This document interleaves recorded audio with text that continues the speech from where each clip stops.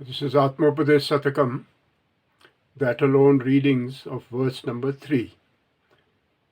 What is out there is in here.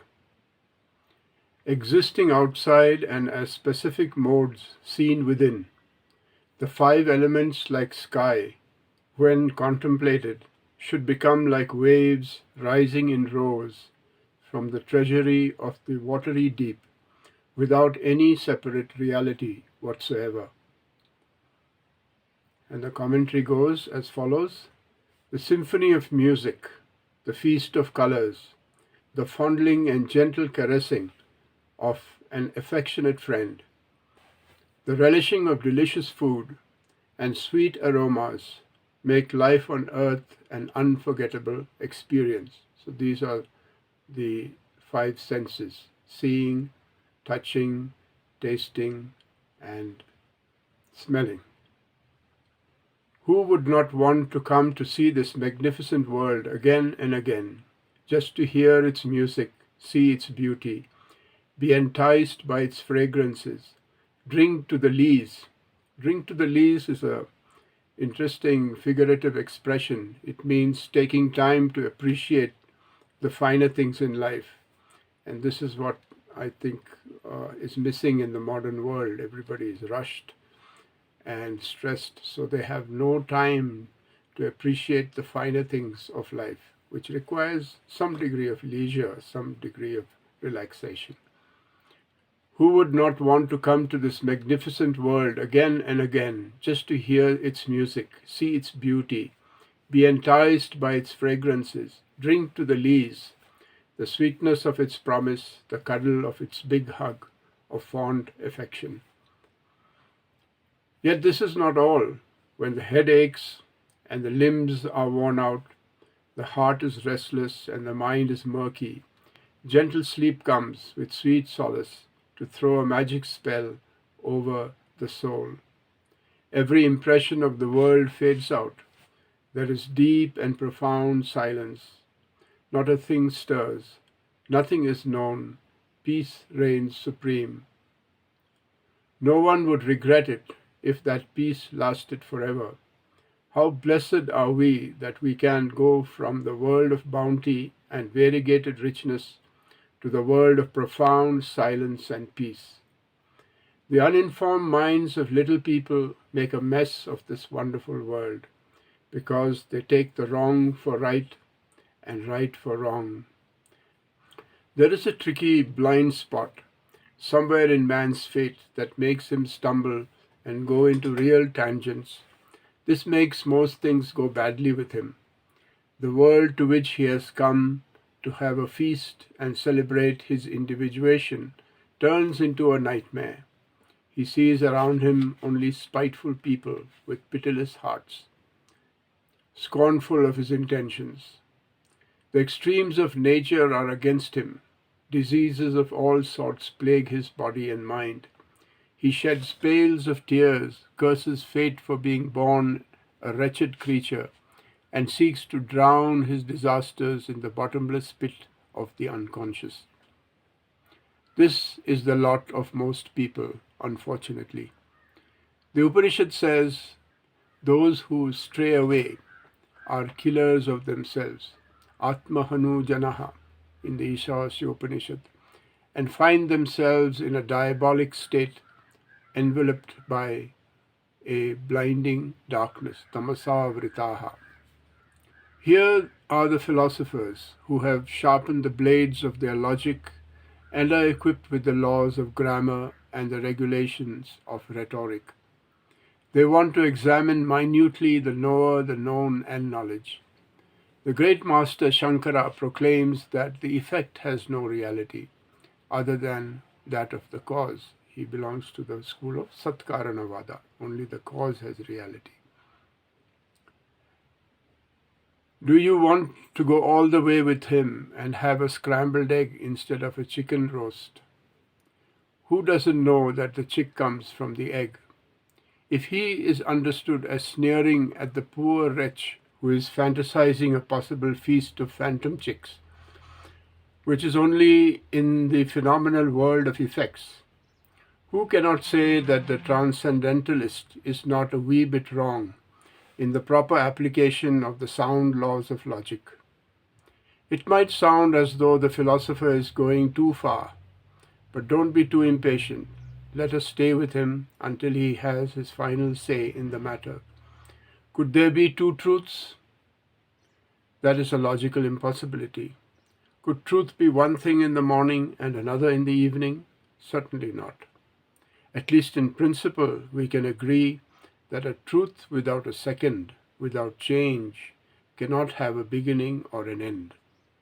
If there is not a second thing to compare it to, no qualities can be predicated of truth, because predication implies the principle of comparison. If you cannot compare, you cannot judge. Further, such a truth does not permit any dichotomy within it, such as of knower and known. So we should excuse Shankara for making an attempt to illuminate the source of illumination. As it has become imperative at this point to dismiss the duality of the subject and object, both Shankara and his arguments fade out into nothingness, nor are we there to know the rest of the procedure. Now what? No, there is hope. Here comes the philosopher Ramanuja. According to his way of looking at things, the chick walks, squeaks, cocks its head, looks hither and yon, scratches the dirt, pecks at grains, and swallows worms.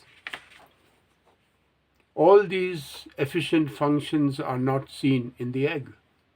That means cause is not the whole reality. The whole, the total should include not only the egg and the chick, but even the whole genealogy of the chicken family and the inestimable future of its propagation. According to him, truth is identical with experience and should not be tampered with by the limits of logic. This makes nothing much better. Once again, the world is restored with all its gaiety, pomp, and colors. Once again, we can gather around the table and taste the delicious goodies. Ramanuja, however, lands us in another sort of trouble. This whole universe, from the far-off stars to our fingernails, is to be seen as the physical body of the Supreme Lord. Every atom of it is animated by one divine principle, Narayana. If you are sensitive, this philosophy will raise your blood pressure, because you cannot put the kettle on the fire and boil a part of the divine in it. When a man eats a man, he is called a cannibal. Has anyone coined a word for eating God? Wait a minute, that cannot be true. No one would mistake a hard stone for strawberry ice cream. The world of experience cannot be a homogeneous whole.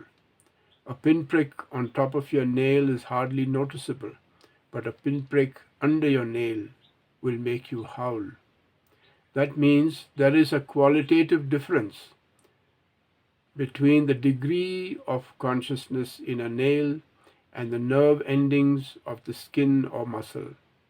We do not think with our feet but with our brains.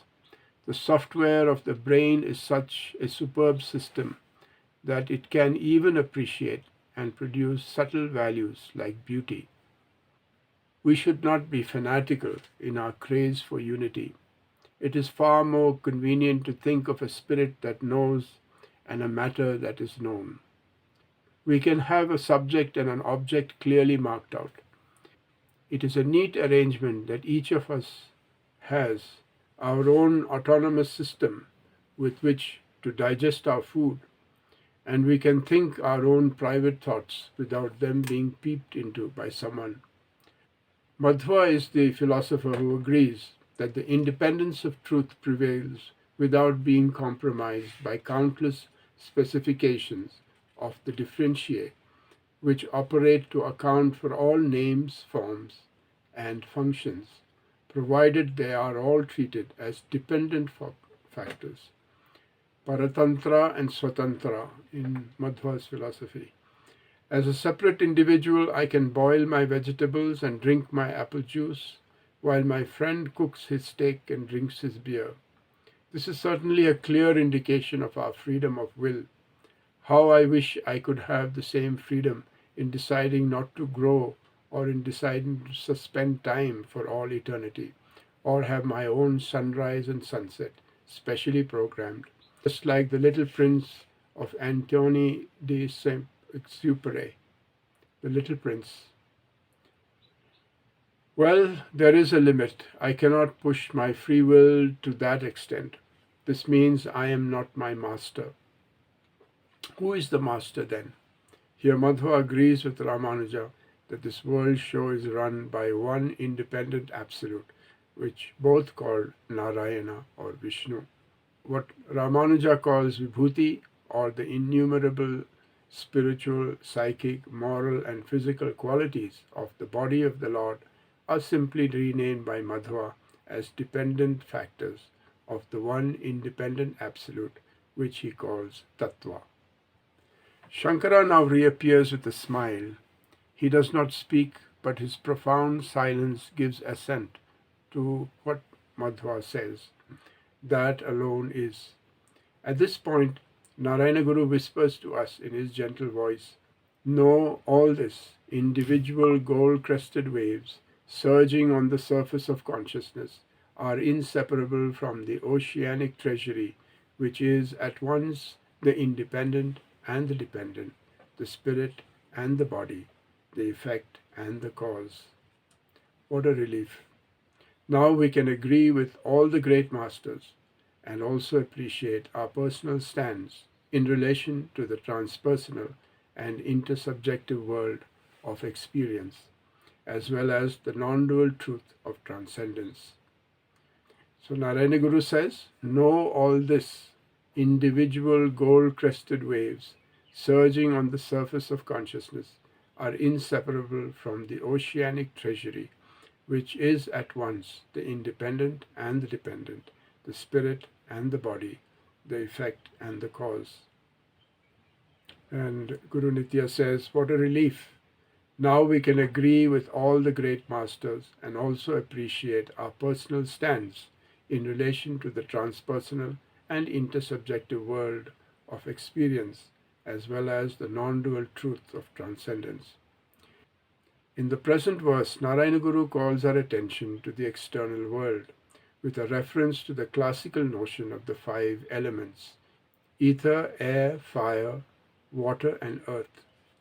These are actual objective realities as well as symbolic representations of all that we experience in life.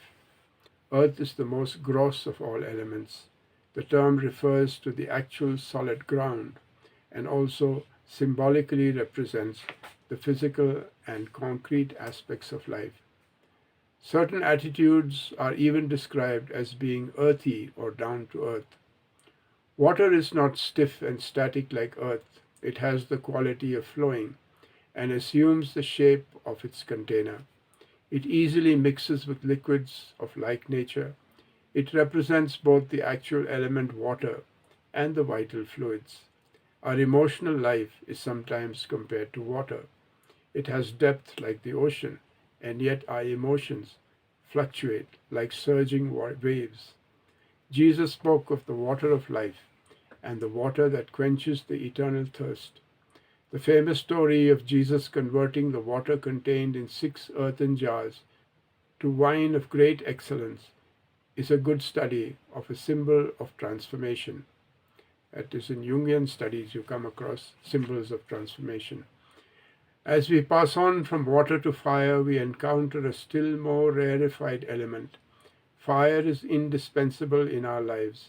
Apart from visible fire like the flame of a candle or the sun in the firmament, the whole universe undergoes transformation in the alchemic fire called thermodynamics. Just as a fire consumes everything in its path, our lower mind is ever curious, wanting to taste everything. The lower mind goes on licking the unconscious into conscious shapes. We have the gastric fire in our stomach to digest our food, and the divine fire known as the warmth of the heart. Next in the series is the element air. Just as fish live in water, we swim around in an ocean of air. It carries our life-giving breath, prana. Air symbolizes our psychic life. Its quality is touch. All the other elements share in this main characteristic of air. Smell is a stimulating touch in the nose. Taste is a tickle on the taste buds of the mouth. And sight is the contact of light on the rods and cones of the retina. Even hearing is affected by sound, vibrations, touching the eardrums. No other quality has a wider span than touch. We experience it on the entire surface of the body. Crossing the threshold of air to ether, we enter a world of mystery. It both is and is not. In a sense, it is the space that allows objects to exist separately and distinctly. Avakasha Dhatur Akasha. Space keeps items from all being squashed into a single dimensionless point, in the same way as that time is nature's way of preventing everything from happening at once. The Michelson-Morley experiment failed to prove that ether exists as a physical element, yet we cannot localize objects and juxtapose them into a picturesque ensemble without somehow conceiving of space. In ether or akasha, we find the link between the psychic world of the configurations of sound ensembles and the physical world of vibrations. It's the most subtle element in which you find the link between the psychic world of the configurations of sound ensembles and the physical world of vibrations. On the whole, the physical manifestations of earth, air, fire, water, and space are taken for granted as objective phenomena. When we see each other, speak and listen to each other, fondly embrace or hatefully push away, we are sure we are interacting with an objectively valid physical world. But the study of a little science immediately topples these conventional notions. The various kinds of sound we seem to hear, whether musically resonant or dissonant, turn out to be manufactured mostly inside our brains as an interpretation of the vibrations that have tickled our eardrums. Sound vibration as such can never be studied in isolation from its interference with the psychochemistry of the brain. What is true of sound is also true of other four senses. The vast space in which we see and hear all the objects of our perception is also projected by the mind. The whole process is called vivartam, meaning the superimposition of mental images on an elusive ground which at best can only be inferred. This inference is in most cases is no more than a presumption. So this word vivartam is an important word. It means the superimposition of mental images on an elusive ground which at best can only be inferred. This inference in most cases is no more than a presumption. In spite of the subjectivity of the phenomena belonging to each person's private mind, there is an astonishing degree of public agreement with regard to the homogeneity of what we experience as the world. You seem to see what I think I am seeing that prevents the world of transactions from collapsing in ruins. To account for this universality, philosophers imagine that all individuals' minds are made up of what Spinoza calls the thinking substance. Instead of leading us into a metaphysical speculation of hair splitting and logic chopping, the Guru introduces us to the sense of wonder that can evoke in us a feeling of reverence and devotion to the unknown. The unknown presents itself to us as our own consciousness, which is continuously fed with a visual world of colorful panoramas and an enjoyable world of musical symphonies. The key word here used to describe the Absolute is Jalanidhi, the oceanic treasury of inestimable value. Jalanidhi is the word used here by the Guru to describe the Absolute, which means the oceanic treasury of inestimable value. Although Narayana Guru supports Shankara's non-dual philosophy, in the present instance his idea of the Absolute is very closely akin to Ramanuja's concept of the Supreme as a repository of all auspicious values. Ramanuja calls it Samasta Kalyana Guni, the repository of all auspicious values. The world of the five elements, which is experienced within yet recognized as being outside by an act of superimposition, should be understood as a series of waves of modifications of consciousness, rising one after another from the divine treasury of an ocean of cosmic consciousness. Such a recognition will inevitably bring a mystical feeling of poetic appreciation that is bound to touch our spiritual heart. The part we play in the creation of the world is not insignificant. We are co-creators with the divine. Without us, the world would be without color, sound, or any of the sensory qualities that we know. It would be an inert mass of no meaning. Yet when individually taken, each of us is nobody. The possibility of a collective consciousness in which we participate should necessarily fill us with deep reverence and devotion for that which is at once the unknown and the only known. So here we can talk of the memory being the depth and imagination being the height of our consciousness. This idea is also expressed by Carl Gustav Jung when he says, "My light is most precious not only to me, but above all to the darkness of the Creator, who needs man to illuminate his creation." Jung says that so the Creator also needs man to illuminate his creation. The world we experience is like a feast of immeasurable abundance.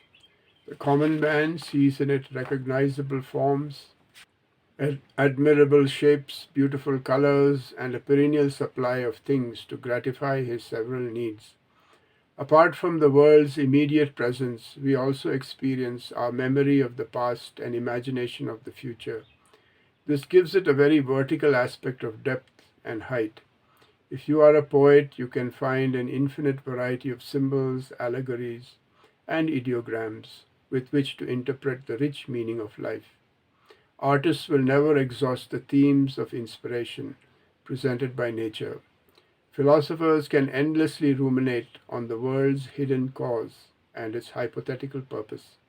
For the scientist, every atom is literally a challenge to probe and investigate. The fact remains that no one goes outside their mind to experience or prove anything other than what is conceptually produced within their own prodigious brains. Sir Arthur Eddington recognizes this fact and agrees that the physicist is not studying any physical entity as such, but only what can be conceptualized as a rational entity. In Newtonian physics, the ultimate entities of matter were the autonomous and self-monitored atoms that were like loose grains of sand on a shore, just touching each other, but getting no closer than that. As Fritjof Capra says in the Tao of Physics, quotation, "The stage of the Newtonian universe on which all physical phenomena took place was the three-dimensional space of classical Euclidean geometry. It was an absolute space, always at rest and unchangeable. In Newton's own words, absolute space in its own nature, without regard to anything external, remains always similar and immovable.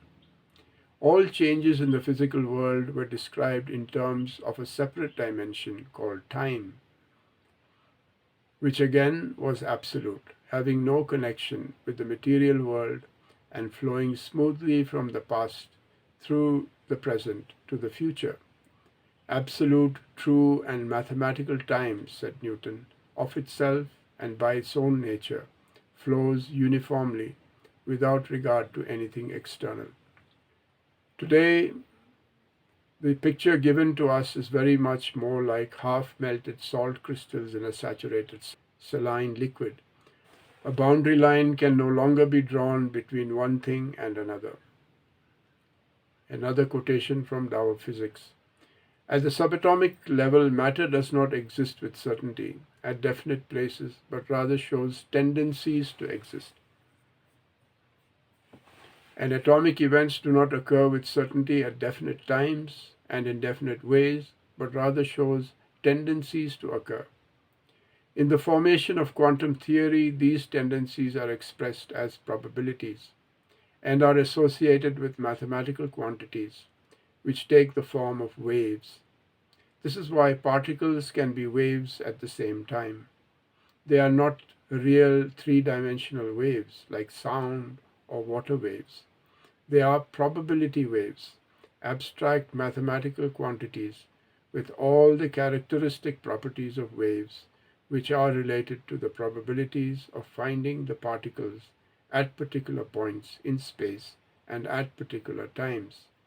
All the laws of atomic physics are expressed in terms of these probabilities. We can never predict an atomic event with certainty. We can say only how likely it is to happen. End of quote. This is not only true of the inner structure of matter, but also of the boundaries between matter and consciousness. It is as if everything is in everything else. It is from such a unitive philosophy or unified view of science that Narayana Guru calls our attention to the adorable Absolute. Before us are two main possibilities, two directions we can go with our life. One is we can retire from our consciousness and enter into the unfathomable depth of the unconscious. Every night we taste the joy of remerging with the totality, at least for the little while we are in deep sleep. Actually, joy is not the right word exactly, because in that state there is no pleasure or pain. The only quality is undisturbed peace. If sleep is very peaceful, death should be a state of everlasting peace. Unfortunately, though, we are afraid to die. The yogis have an alternative to death. They promise us an immortality which has the same quality as deep sleep, with one major difference. While sleep is retiring into the total inertia of matter, the yogi's absorption is one of entering into the boundless realm of spirit's unmodified consciousness. In both cases, sleep and spiritual absorption, bodily functions are reduced to a minimum. To worldly minded people, the prospects of sleep or spiritual absorption can look like poor substitutes for the excitement and promise of an outwardly directed life. The wakeful world of transaction has great visual attraction and many and varied rhythms and harmonies of music. We can get into communion with the co-dwellers of our earth. It is up to us to cultivate our liking for what can be painful or hazardous. In the first verse, Narayana Guru asked us to turn to the Supreme, which he compared to a mold, a karu, that is seen as manifesting into everything, both the world outside and the psychological reality inside. We were asked to prostrate before that non-dual reality, which is neither cause nor effect, and yet is always a cause changing into an effect. In the second verse, he compared it to a sun of supernal glory in the void of consciousness. In the present verse, the Guru wants us to know that we are emerging from the depth of the absolute treasury of immeasurable value as a wave of its manifestation. This is the word point to meditate on, We are emerging from the depth of the Absolute's treasury of immeasurable value as a wave of its manifestation, only to fall and merge once again with the Absolute. To see life as a series of waves rising up and merging back to the ocean of all fills one's mind with beauty, peace, and joy. If you do not know the world this way, the other people become symbols of threat or hostility. A unitive vision makes each of us the keeper of our brothers and sisters. Our hearts attract each other and souls merge with one another. In every person we meet, we see a new opportunity, a new possibility, and a fresh avenue of friendship. In this verse, the Guru leads us to a meditation that can free us of all sense of separation. There is no longer any boundary between the self and the other. Gleefully, we can jump and immerse ourselves in the oceanic treasury of wonder. These are our two paths, the world of physical awareness and the world of spiritual absorption. If we are not in one, we are in the other. It is both beautiful to live and beautiful to die.